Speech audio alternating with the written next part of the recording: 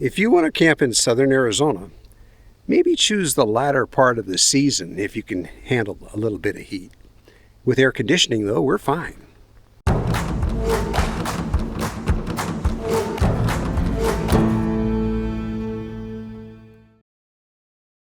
Well, we're out here in the Sonoran Desert and it is a beautiful, beautiful day, but it is getting kind of hot. But what I wanted to talk to you about in this video mainly is showing you the new OUPES Mega 2 Pro, because this is a product review video. I want to tell you the differences between the Mega 2 and the Mega 2 Pro. Its name sounds similar, they're totally different. But this one is way more handy when it comes to using it for RV, and it has features that make it better for camping and RV use. So let me show you what I'm talking about.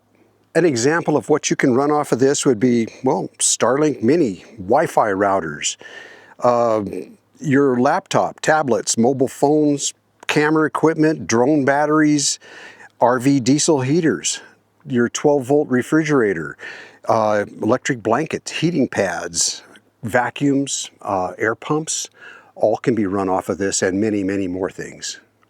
With the Mega 2 Pro, it's like the first time ever that a power station company has decided to make a unit that's specifically designed for camping and working, you know, when you're in an off-grid situation, if you're using a laptop or whatever, for charging your drone batteries and running your refrigerator in your RV and all these things, specifically designed for that, to give you more power more efficiently.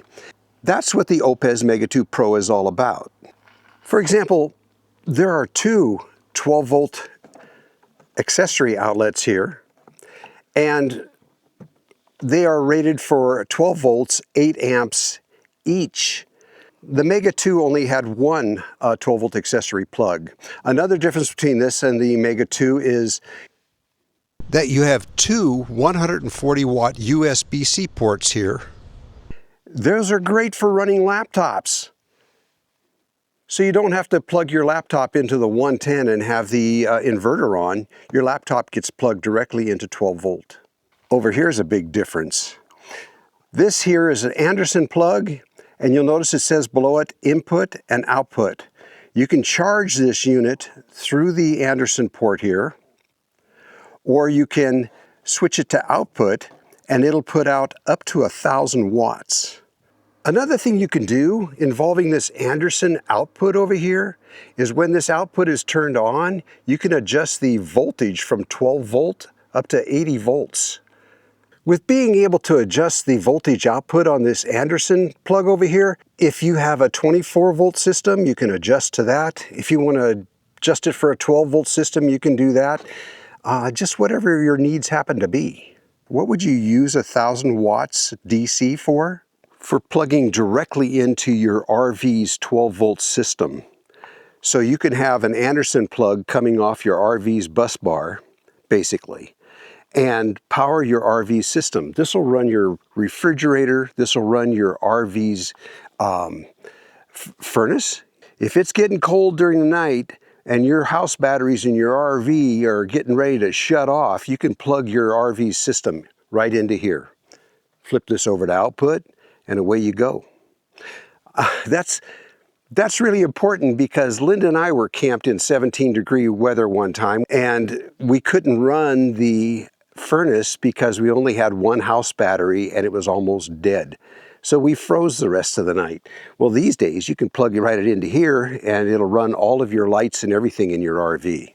Pretty cool. Speaking of running everything on your RV, this also has a 30 amp RV plug, so you can plug this right into here, and this will run everything in your RV also, including your 110 plugs in your RV. And you'll notice it's got 4 AC outlets here, 2,500 watts, a boost up to 3,600 watts with a peak of 3,800 watts, just to take care of things that draw a lot of power when they first light up, like an AC unit. Speaking of AC units, let me show you what this is capable of.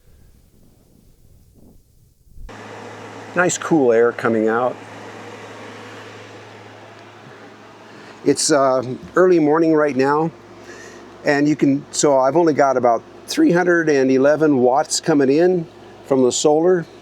In another hour, I'll have 450 watts coming in. There's 323 watts going out right now with the AC. And right now, it's telling me I can run, in this situation, in this current configuration, I can run the AC for 13 hours. What if I had no solar at all and it was nighttime and I wanted to run the AC? How long would this Mega 2 Pro run it? It would run it for a good 4 hours. The fan is very quiet. When this was getting about 150 watts of power from the solar panel, you could hardly hear the fan at all.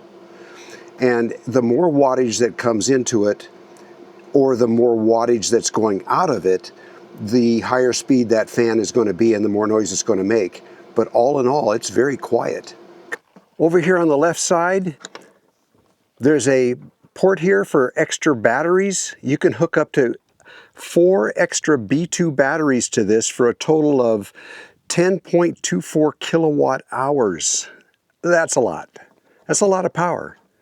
Over here is where you hook up your AC for charging. A very nice feature of the Mega 2 Pro, you'll see that it says fast, and over here it says adjust. So for the low-end charging, you can adjust this all the way down to just 200 watts, and that's done on the app. Now this is another key difference between the Mega 2 Pro and the Mega 2.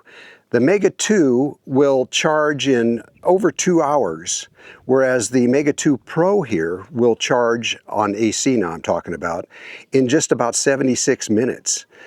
So if you're between brownouts, or if you just need to charge this thing up fast so you can get on the road, or whatever the reason, you flip it over to fast charge, and like I said, it charges in about 76 minutes.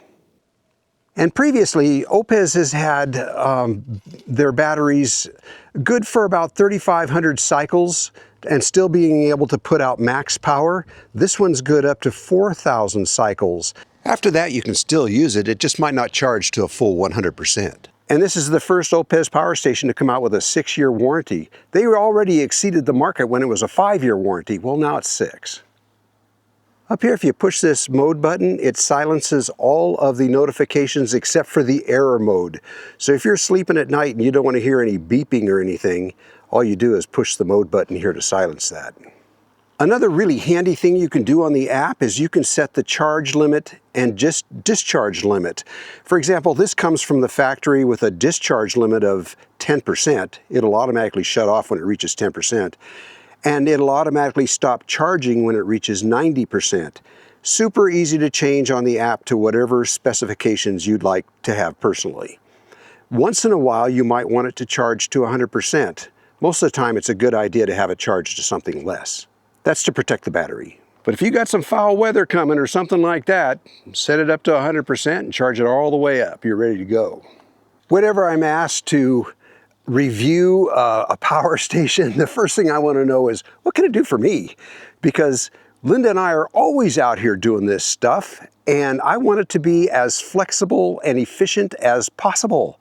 And this is the first one that's come along that is, like I mentioned, designed for people like us, out on the road, camping all the time, living in our RVs. That's what it's designed for. And it meets those needs very well. So just like the original Mega 2, the Mega 2 Pro can very easily be used in your home, but it's specifically designed for folks like us who camp, and especially designed for people who work on the road. Even for working, being able to plug in power equipment, run your skill saw, your drill, whatever, plug it in here, or maybe just your coffee maker. Just now, before I took this out of the trailer, it was running the AC on high, and at the same time I was running the induction cooktop, making coffee. So how long will it run an air conditioner? Everybody asks me that. With 600 watts on the roof, it'll run the air conditioner until the sun goes down. No problem. And then it'll run that air conditioner for another 4 hours after that. Depends on that air conditioner. Mine's 5,000 BTU. So there you go. One key difference that makes this better for RV use over the Mega 2. The Mega 2 would accept 12 to 150 volts from your solar panel or panels, up to 2100 watts, but only 15 amps. And this one will take 18 to 80 volts, less volts, but it'll accept 30 amps and up to 1,000 watts. In the past, I've had a series connection and I would exceed the allowed voltage before I would ever meet the amperage, and it would shut off the charging on any power station. This one has made it user-friendly to parallel connection, which is what we prefer, because if a branch goes over one panel, it'll still keep charging, right? So now, because they've gone to lower acceptable voltage but higher amperage, they've doubled the amperage. Now it works better with a parallel connection. That's another key difference between the Mega 2 and the Mega 2 Pro, making the Mega 2 Pro better for RV use. Man, I hope you followed through with me on that one. The case on the Mega 2 Pro has been redesigned from the Mega 2. It does weigh 3 pounds more. This weighs 48 pounds now instead of 45, but the handles have been redesigned and it makes it easier to pick up even with gloves on. Little handier that way, I noticed. Another super nice feature of the Mega 2 Pro is it comes, of course, with the MC4 cable to connect to your solar panel.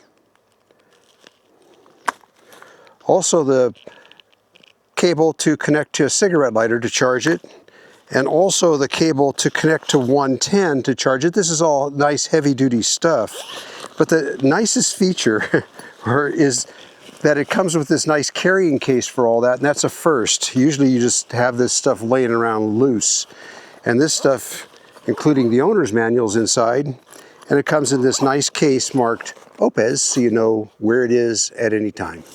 Pretty nice. Well, let's get this wrapped up because I want to get this back in the trailer and get my AC hooked up because it's getting hot out here. The regular price on this is $899. The introductory price is $699. And if you apply the discount code GONPRO, that's GONPRO, you get another $50 off, and you can get it for $649. That's one heck of a deal right now. And remember, it's got a 6-year warranty. The other thing about OUPES is it's easy to get a hold of them if you have any questions. All you got to do is go to the OUPES forum on Facebook, and there you are. Somebody will answer you right away.